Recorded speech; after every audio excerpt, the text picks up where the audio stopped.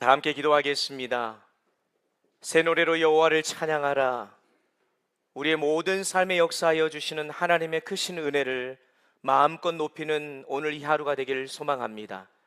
우리를 주님을 예배하기 위해 창조하셨고 찬양받기에 마땅하신 분, 그 하나님을 높여 예배하는 이 시간, 하나님 우리의 예배를 흠양하시고 또 오늘도 참된 예배자로 주님 앞에 서는 귀한 시간 되게 하여 주옵소서.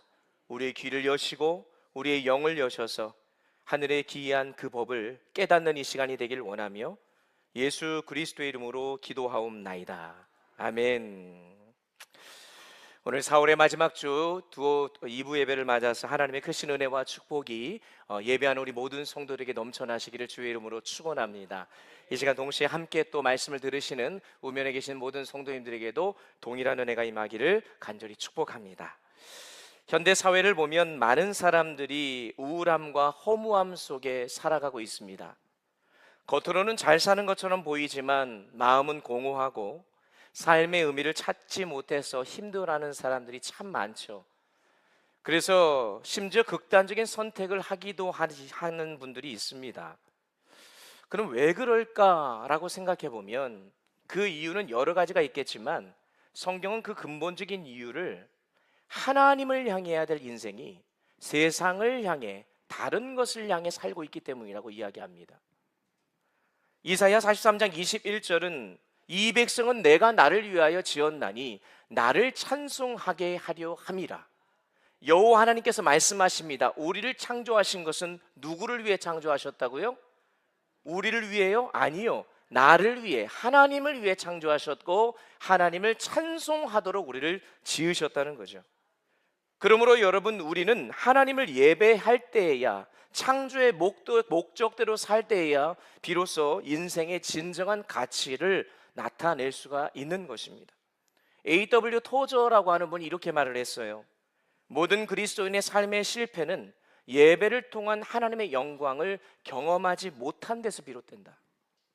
여러분, 물고기는 언제 어디 있을 때 가장 행복할까요? 물속에 있을 때.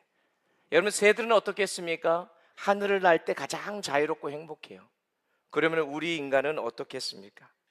여러분, 우리가 가장 행복할 때는 하나님을 예배할 때인 줄 믿습니다. 하나님 안에 거하며 주님을 높이는 것, 그것이 만들어진 목적이기 때문이죠. 그래서 우리 교회는 올 한 해 예배하라 살아나리라 라는 표어를 가지고 이 선포와 함께 한 해를 시작했는데, 여러분, 시간이 참 빠르죠? 어느덧 3분의 1이 지났습니다. 놀라지도 않아요. 시간이 그렇게 빨리 가는데 저는 너무 빨라서 깜짝 놀랐습니다. 자, 그런데 여러분, 이 3분의 1이 지난 이 시점에서 여러분은 예배함으로 살아나고 계십니까? 왜 이렇게 대답이 시원찮아요? 예배함으로 살아나고 계십니까?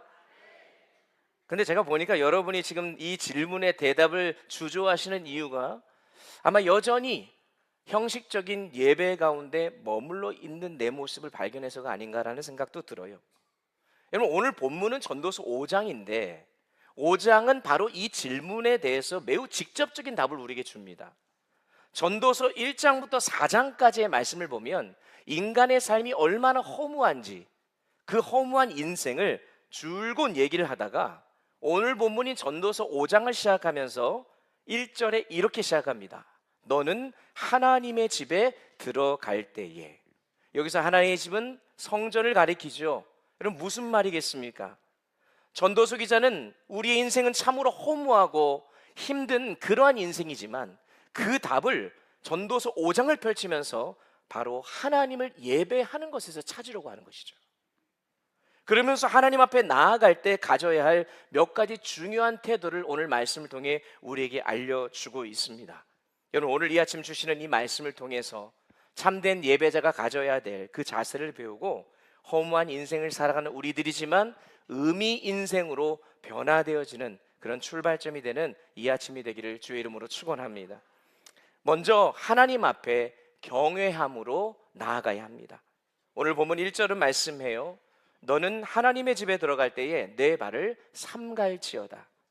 여기서 삼갈지어다라는 말은 명령인데요, 조심하라, 신중히 행하라는 뜻이에요. 즉 하나님 앞에 나아갈 때 가볍게 나아가지 말라는 거예요. 함부로 나아가지 말라는 거죠. 그러니까 발을 삼가라고 하는 것은 단순히 걸음을 조심하라는 말이 아니라 너희들의 행동 거지를 조심하고 하나님 앞에 서는 태도를 바르게 하라는 의미예요. 이 장면은 출애굽기 3장 5절에서 모세가 떨기나무 앞에 섰을 때에 하나님이 내 발에 신을 벗으라 라고 했던 그 장면을 떠올리게 합니다. 여러분, 왜 신을 벗으라고 하셨을까요? 어떤 분들은 이것을 보고 하나님은 분명히 동양분이실 거야, 신발을 벗으라잖아, 뭐 이렇게 농담 삼아 얘기하는 분도 있지만 여러분, 그게 아니죠. 신발은 그 사람의 삶의 발자취와 정체성을 상징합니다. 그래서 이력서를 쓴다, 이력이라는 말 할 때 발블리, 신발리, 그 다음에 지낼력이라는 한자를 쓰잖아요. 사람이 걸어온 흔적을 뜻하는 겁니다. 따라서 신을 벗는다고 하는 말은 하나님 앞에서 내가 이루어 온 것, 내가 살아온 모든 것을 내려놓는다는 거예요. 그리고 그동안 살아오면서 하나님 아닌 다른 것을 의지하며 살아왔던 나의 과거의 삶을 청산하라는 거죠.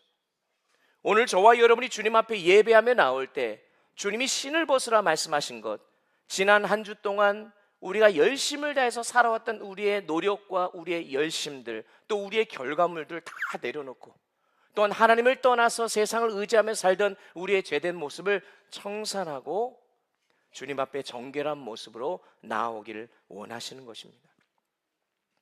그러니 하나님 앞에 설 때는 그냥 함부로 서서는 안 된다는 거예요. 두렵고 떨리는 마음으로 서야 돼요. 출애굽기가 40장으로 되어 있는데 마지막 장이 40장 마지막 35절을 보면 성막이 완성됩니다. 그 완성된 성막에 하나님의 영광이 충만하는데 그 영광이 충만한 곳에 모세조차 들어갈 수 없었다라고 성경은 기록해요. 다시 말해서 하나님의 거룩한 임재 앞에는 아무나 들어갈 수 없다는 거예요. 그런데 바로 그 다음 장, 바로 다음 절인 레위기 1장 1절은 이렇게 시작합니다. 한번 읽어볼게요. 다 같이 시작.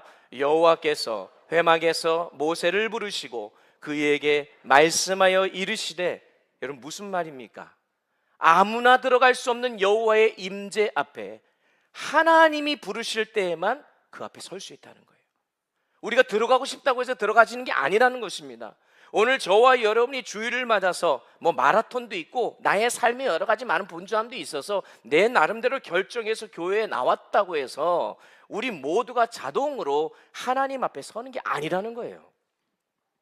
오직 거룩하신 하나님께서 우리를 부르실 때만 나아갈 수 있음을 믿으시기 바랍니다. 그러니까 주일에 교회에 올 때 그냥 아무 생각 없이 습관적으로 나오지 마세요. 신을 벗는 마음으로 몸과 마음을 정결하게 하여서 하나님의 부르심 앞에 두렵고 떨리는 마음으로 겸손히 나아가야 합니다. 여러분, 한 가지 질문을 드릴게요.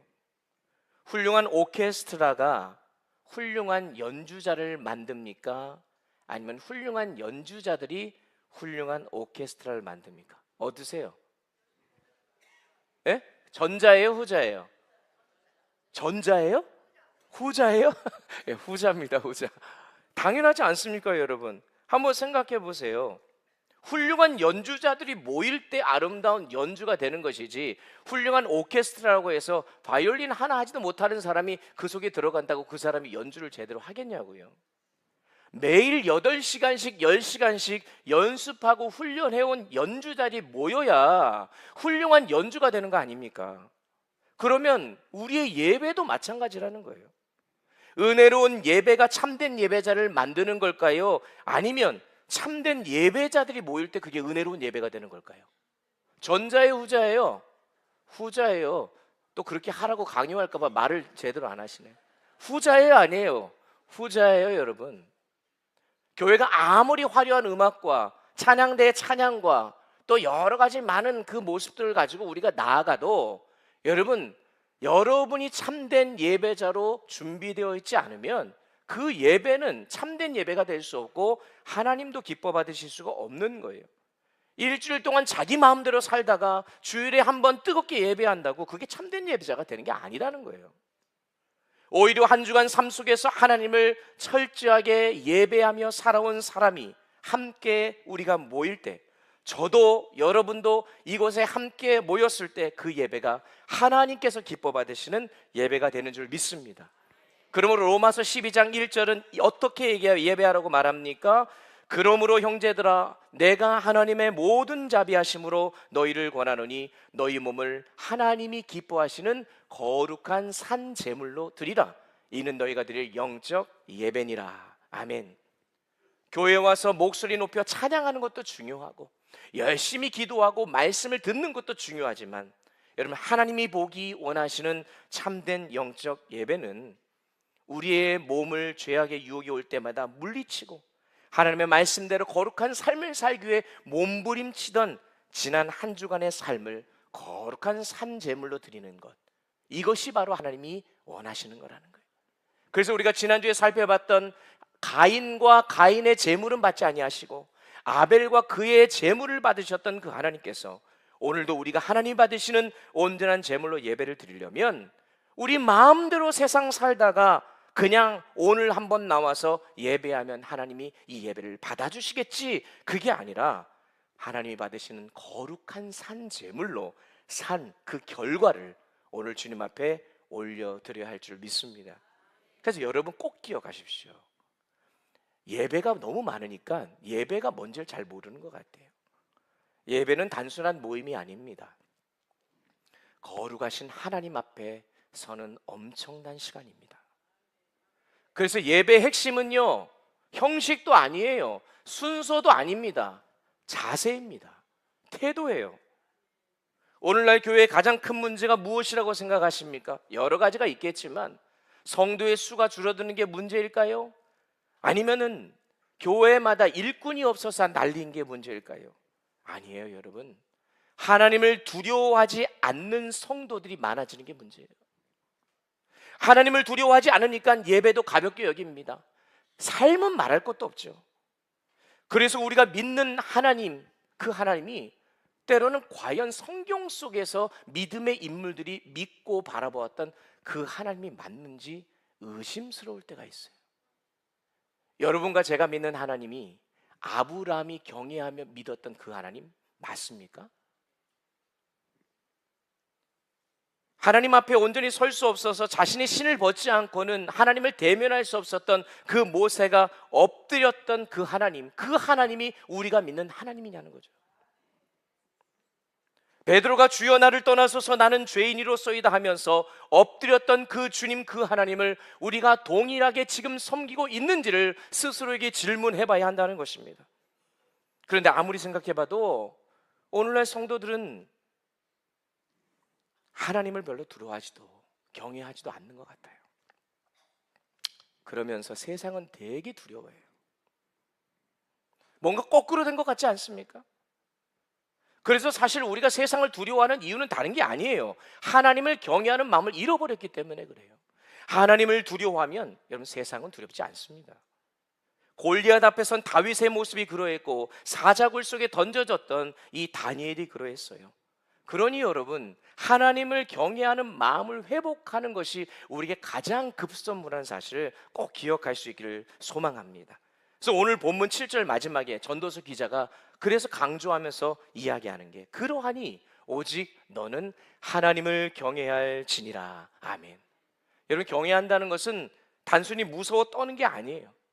무서워서 벌벌 떨 만큼 존경하고 사랑한다는 거예요. 그런데 우리는 하나님께 예배드리러 오면서 주말에 나들이 가듯이 놀이동산 가듯이 오는 분들이 있어요. 고대 사회에서 백성이 왕을 아련하러 갈 때는 여러분 벌벌 떨면서 들어가잖아요. 임금의 얼굴을 용환이라고 표현하면서 감히 쳐다볼 수가 없어서 왕이 나타나면 그저 땅에 엎드렸던 그 모습, 여러분 오늘 그 거룩하신 하나님의 존전 앞에 나와 있다는 거예요. 그러면 어떠한 마음으로 우리가 나와야 하냐는 것입니다. 하나님을 경외하는 마음으로 거룩하고 흠없는 제물로 살다가 준비되어 주님 앞에 나와 경배하는 우리 모든 성도들 되시기를 주의 이름으로 축원합니다. 하나님 앞에 나아갈 때는 두 번째로 귀를 열고 입을 말을 절제해야 됩니다. 1절 하반절은 말씀합니다. 가까이 하여 말씀을 듣는 것이 우매한 자들이 재물 드리는 것보다 나으니 그들은 악을 행하면서도 깨닫지 못함이니라. 너는 하나님 앞에서 함부로 입을 열지 말며 급한 마음으로 말을 내지 말라. 왜? 뒤에 나오죠. 하나님은 하늘에 계시고 너는 땅에 있음이니라. 그런즉 마땅히 말을 적게 할지니라. 한마디로 존재의 차이를 인식하라는 거예요. 하나님은 창조주이시고 우리는 피조물이라는 사실을 잊지 말라는 거예요. 여러분, 말이 많다는 것은 경외함이 부족하다는 증거이기도 합니다. 정말 존경하는 사람 앞에서 여러분 말이 쉽게 나오겠습니까? 하나님을 두려워하지 않으니까 말을 함부로 하는 거예요. 성도가 교회에 올 때만 입을 하나님 앞에서 함부로 열지 말아야 될 것이 아니라 우리가 살아가는 일상생활 속에서 우리의 모든 것을 지켜보시는 그 하나님 앞에 우리의 입을 열 때에 하나님이 그것을 다 들으시는 거예요. 그럼 하나님이 두려워하는 걸 알면 말 함부로 하지 않습니다. 내 생각대로 말하지 않아요. 하나님을 두려워하지 않으니까 말을 하는 거예요. 우리의 기도도 가만히 보면 말이 너무 많습니다. 하나님 앞에 막 설명해요. 그리고 안 되면 설득합니다. 그러다가 막 요구해요. 근데 정작 기도하며 중요한 것은 듣는 건데 우리는 흔히 참된 예배를 무엇을 드리는 것이라고 생각해요. 교회에 와서 찬송을 드리고 기도를 드리고 헌금을 드리고 또 내 나름대로 열심히 봉사했으니 예배를 잘 드렸다. 여러분, 그것도 맞습니다. 하나님이 우리의 삶을 받으시고 우리의 드림을 기뻐 받으시죠. 그러나 진정한 예배의 출발은 하나님께서 저와 여러분을 위해 무엇을 하셨는지를 깨닫는 데서부터 시작됩니다. 예배를 하는 대상이 누구인지 모르는데 어떻게 제대로 예배합니까? 그 예배하는 대상을 제대로 알 때에 그분에 대한 경외심이 달라지지 않겠습니까?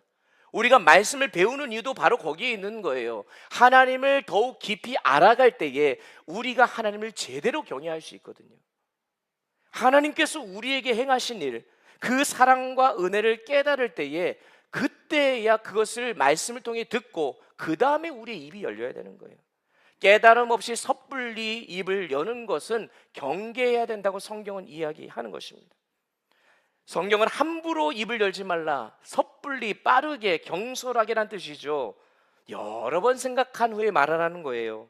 하나님은 우리의 중심을 다 꿰뚫어 보고 계시기 때문에 사실 어떻게 보면 말을 많이 할 필요가 없어요. 그래서 우리의 기도를 보면 대부분 하나님 앞에 간구하고 아뢰는 데 많은 시간을 하려 하는데 사실 기도할 때 말하는 것보다 이 듣는 게 훨씬 더 중요해요.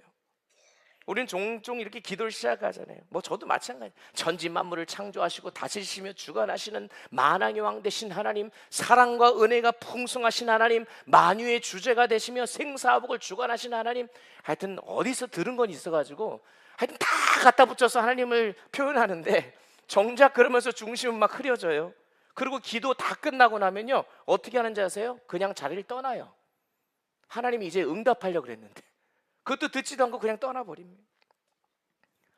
그러니까 예수님도 마태복음 6장 7절에서 기도할 때에 이방인과 같이 중언부언하지 말라라고 이야기하는 이유가 바로 여기에 있어요. 여러분, 우리가 기도를 할 때 마지막에 기도를 마무리를 어떻게 합니까? 보통 어떻게 해요? 예수님의 이름으로 기도합니다. 여러분, 왜 그렇게 기도할까요? 물론 예수님께서 하나님과 우리를 연결시켜 주시는 중보자이시기 때문에 예수의 이름의 능력을 믿고 기도하는 건 맞습니다. 그런데 그렇게만 생각하면요 단순히 기도를 마무리하는 하나의 형식 정도로만 생각하는데 여러분, 그렇게 생각하시면 안 돼요. 예수의 이름으로 기도한다는 건 엄청난 기도예요. 내가 지금 드리는 기도, 내가 입으로 내뱉는 이 고백, 이것이 하나님의 이름에 합당한 고백이 되게 해달라는 내용이에요. 예수님의 이름에 걸맞는 기도인지를 스스로 점검하라는 의미입니다. 다시 말해서 우리의 마음이 예수님의 마음과 일치되도록 힘쓰라는 것이죠. 그러니 우리 입술을 통해 흘러나오는 이 기도의 고백과 또 일상생활 속에서 교회 안에서 우리가 함께 성도의 교제를 나누는 그 모든 대화 속에서도 하나님의 마음과 일치된 말들이 우리 안에서 나와야 된다는 거예요. 그러므로 우리가 살아갈 때 하나님 앞에 말하고 또 우리가 함께 입을 열기 전에 하나님께 귀를 기울이는 것, 그것이 먼저 되어야 할 줄 믿습니다. 몸이 허약한 한 남자가 기도를 했어요. 하나님, 저를 건강하게 해주세요. 그랬더니 하나님이 응답하여 말씀하시기를 저기 뒷마당에 있는 바위를 밀어라 라고 그러신 거예요. 그래가지고 말씀을 듣고 이 남자가 매일마다 그 바위를 밀기 시작했어요. 바위를 계속 밀었는데 아무리 밀어도 산더미 같은 바위가 움직이질 않는 거예요. 그래가지고 하나님 앞에 다시 기도합니다. 하나님, 바위가 움직이질 않아요. 다른 방법을 좀 알려주세요. 그랬더니 하나님 뭐라고 하실까요? 바위를 계속 밀어라 그러는 거예요. 1년이 지나도록 밀었습니다. 바위가 움직였을까요? 안 움직였을까요? 하나님의 능력이면 움직일 수 있지만 안타깝게도 움직이질 않은 거예요. 그러니까 그는 결국 하나님 앞에 원망하며 말합니다. 하나님 밀라 그래서 1년 동안 밀었는데 1mm도 코딱지만큼도 안 밀렸어요. 이게 무슨 말입니까? 이제 그만두겠습니까? 라고 그러니까 하나님이 뭐라고 말씀하신지 아십니까? 야, 난 너한테 바위를 밀라 그랬지 옮기라고 한 적은 없다. 가서 옷을 벗고 네 몸을 거울로 보렴. 그래서 옷을 벗고 거울 앞에 딱 섰는데 깜짝 놀란 거예요. 식스팩이 막 있는 거예요. 근육이 막 생겨 있는 거예요. 여러분, 이게 기도예요. 기도는 하나님께서 내가 원하는 것을 내가 원하는 방식대로 이루어지는 시간이 아니고요, 내가 하나님의 뜻과 방법에 맞춰가는 시간입니다. 그래서 기도를 하면 결국 누가 변해요? 내가 변하는 거예요. 아멘 안 하네 지금. 내가 변하는 겁니다. 내가. 그래서 오늘 본문 3절 또한 말씀합니다. 걱정이 많으면 꿈이 생기고 말이 많으면 우매한 자의 소리가 나타나느니라. 하나님의 영광과 뜻이 아니라 나 자신을 위해 기도하고 욕심에 따라 기도하게 될 위험이 있으니 하나님 앞에서 말 많은 헛된 기도 드리지 말라는 거예요. 하나님의 마음에 맞는 말을 내놓으라는 것입니다. 세계적인 영성 운동가의 리차드 포스터라고 하는 분이 기도라는 책을 썼는데 읽어보신 분이 계실 거예요. 저는 그 책을 읽다가 그 안에서 이 문장에 굉장히 찔림을 받았어요. 하나님께서는 우리의 기도 안에서 상처를 받고 계신대요. 하나님께는 가까이 나아가지도 않으면서 자기의 필요에 따라 구하면서 일방적으로 요구를 해댈 때 하나님이 상처를 받는다는 거예요. 여러분, 그런 경험 있으시지 않습니까? 자녀들, 저도 마찬가지입니다. 자녀들이요, 저희 아들, 딸이 사춘기 되고 나니까 저한테 연락을 별로 안 해요. 엄마하고만 소통을 해요.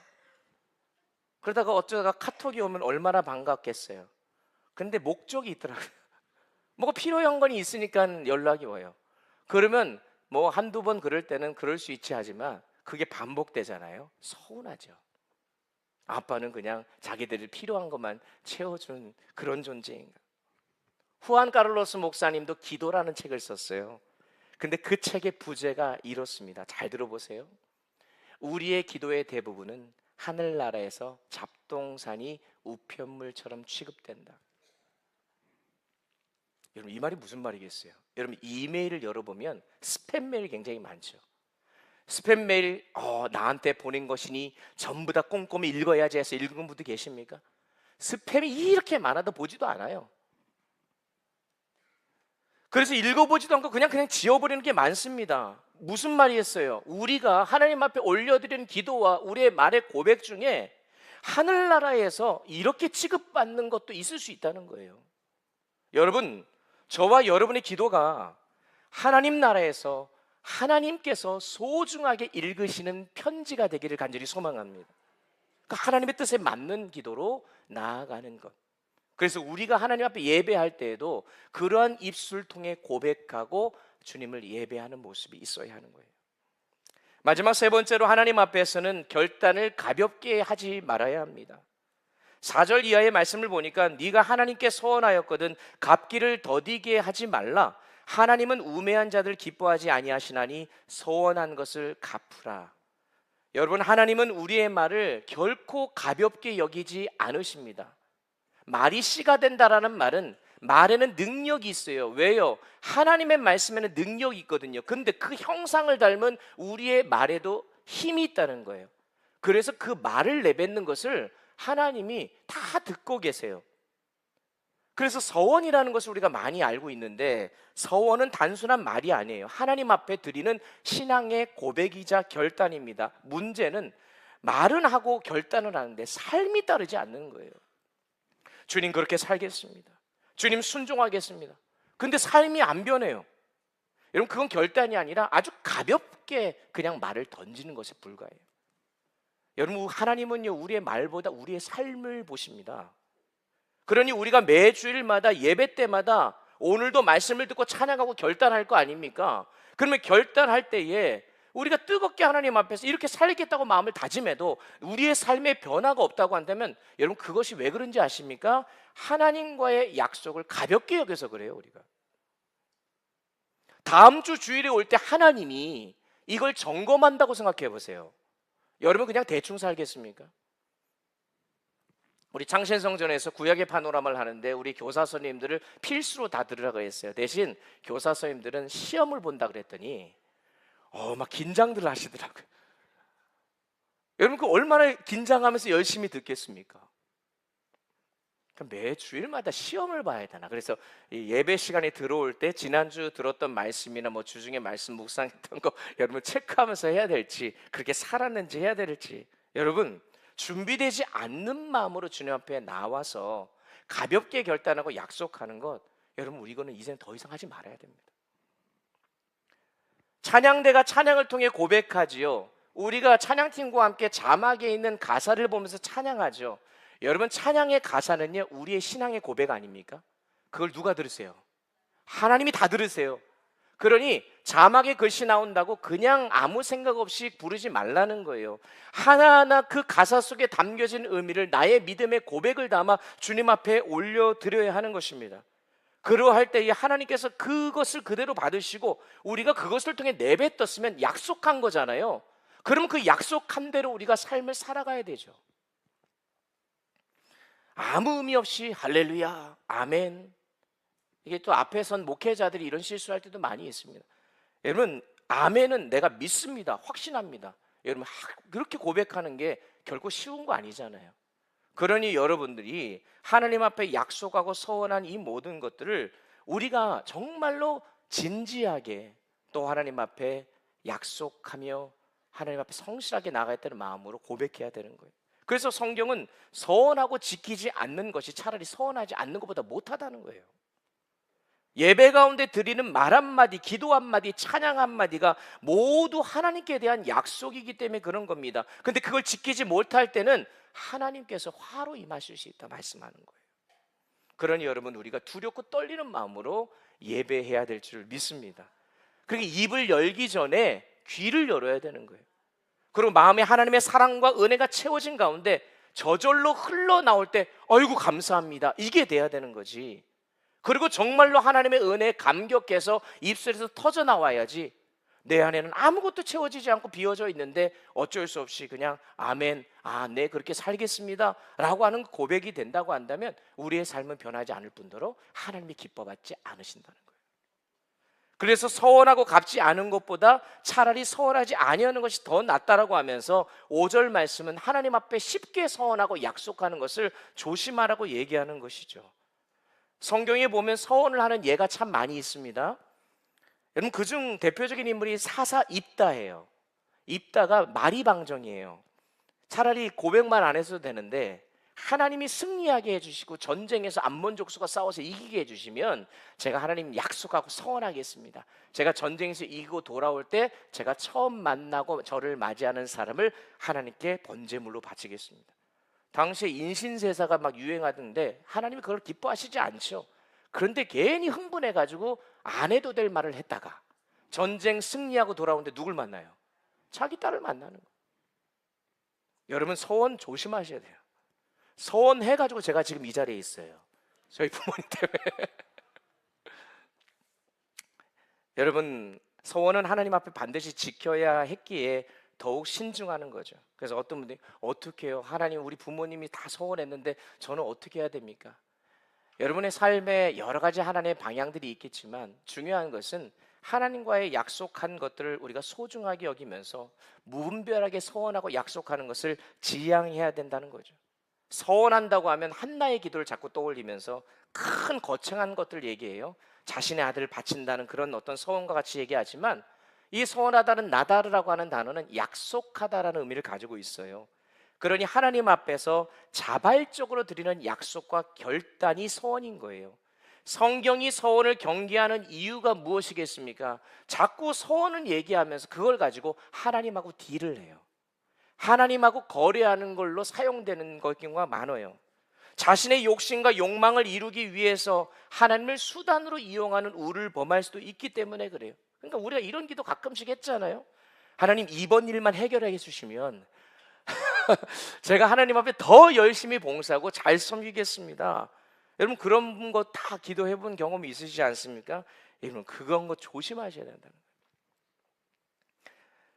우리가 하나님 앞에 약속을 할 때에는 우리의 삶을 드린다는 마음으로 주님 앞에 나아가야 돼요. 그래서 잘못된 서원과 이기적인 서원과 하나님과 거래를 맺으려는 그런 어떤 잘못된 영적인 거래의 그 모습들이 우리 안에 있다고 한다면, 하나님께서 우리의 삶을 받지 못하실 뿐만 아니라 우리가 그것을 지키지 못했을 때에 하나님 그것에 대해서 하나님이 노하실 수 있는 거죠. 사랑하는 성도 여러분, 그렇다고 해서 오늘 결단하지 말아야지, 지금 이 말을 드리는 게 아니잖아요. 결단을 제대로 하자라는 겁니다. 참된 결단과 자발적이고 바른 헌신이 우리에게 날마다 있기를 간절히 축복합니다. 그러할 때 하나님이 우리를 기뻐 받으시죠. 말씀을 정리하겠습니다. 여러분, 요한계시록에 보면 천국에서 예배하는 모습이 나옵니다. 근데 그 중에 4가지 생물이 등장해요. 뭔지 여러분 아십니까?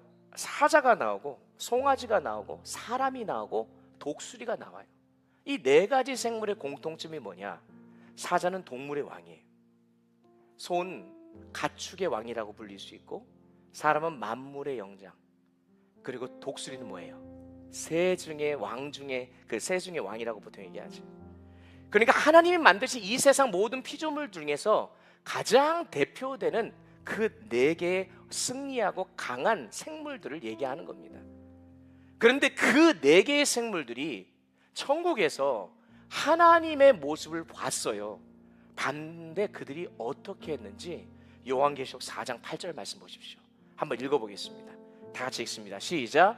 4 생물은 각각 6 날개를 가졌고 그 안과 주위에는 눈물이 가득하더라. 그들이 밤낮 쉬지 않고 이르기를 거룩하다, 거룩하다, 거룩하다. 주 하나님 곧 전능하신 이여, 전에도 계셨고 이제도 계시고 장차 오실 이시라 하고 아멘. 이 4개의 생물이 밤낮 쉬지 않고 하나님 주님을 만나는 그 순간 그들이 입을 딱 벌리면서 와, 거룩하다, 거룩하다, 거룩하다, 홀리, 홀리, 홀리. 하나님의 모습을 보고 정신이 나간 거예요. 입이 다물어지지 않는 겁니다. 이렇게 거룩하고 영광스러운 분이 있다니. 그리고 전에도 계셨고 지금도 계시며 영원무궁하신 그 하나님 앞에 섰을 때 그분의 존재 앞에 내가 감히 아무 말도 할 수가 없는 거예요. 그리고 이어지는 말씀에 세세토록 살아계신 이에게 그래서 영광과 존귀와 감사를 돌린다라고 시키지 않았는데 자발적으로 그들의 입술을 통해 흘러나오는 거예요. 여러분, 이게 하늘에서 하나님 앞에 예배하는 모습이에요. 근데 그것이 하늘에서뿐만 아니라 오늘 우리들의 예배이어야 합니다. 이것을 보고 24장로들이 하나님을 또 이렇게 했다고 돼요. 엎드렸다. 그러면서 세세토록 살아계신 이게 경배하고 하나님께서 그들에게 씌워주셨던 면류관을 자기들이 벗고 그 존귀하신 하나님의 발 앞에 그걸 내어드렸다는 거예요. 왜 그랬겠습니까? 하나님, 하나님, 나는 이것을 쓸 자격이 없습니다. 오직 우리 주 하나님만이 영광과 존귀와 권능을 받으시기에 합당하니까 하나님 이것을 하나님께 돌려드립니다. 주님은 이 모든 만물의 창조주시오 주관자이시오 우리로 하여금 하나님의 이름을 찬양케 하기 위해 지으신 분이시오니 그 목적대로 지음받은 피조물인 우리가 모든 걸 내려놓고 모든 영광 주께 올려드립니다. 홀리, 홀리, 홀리.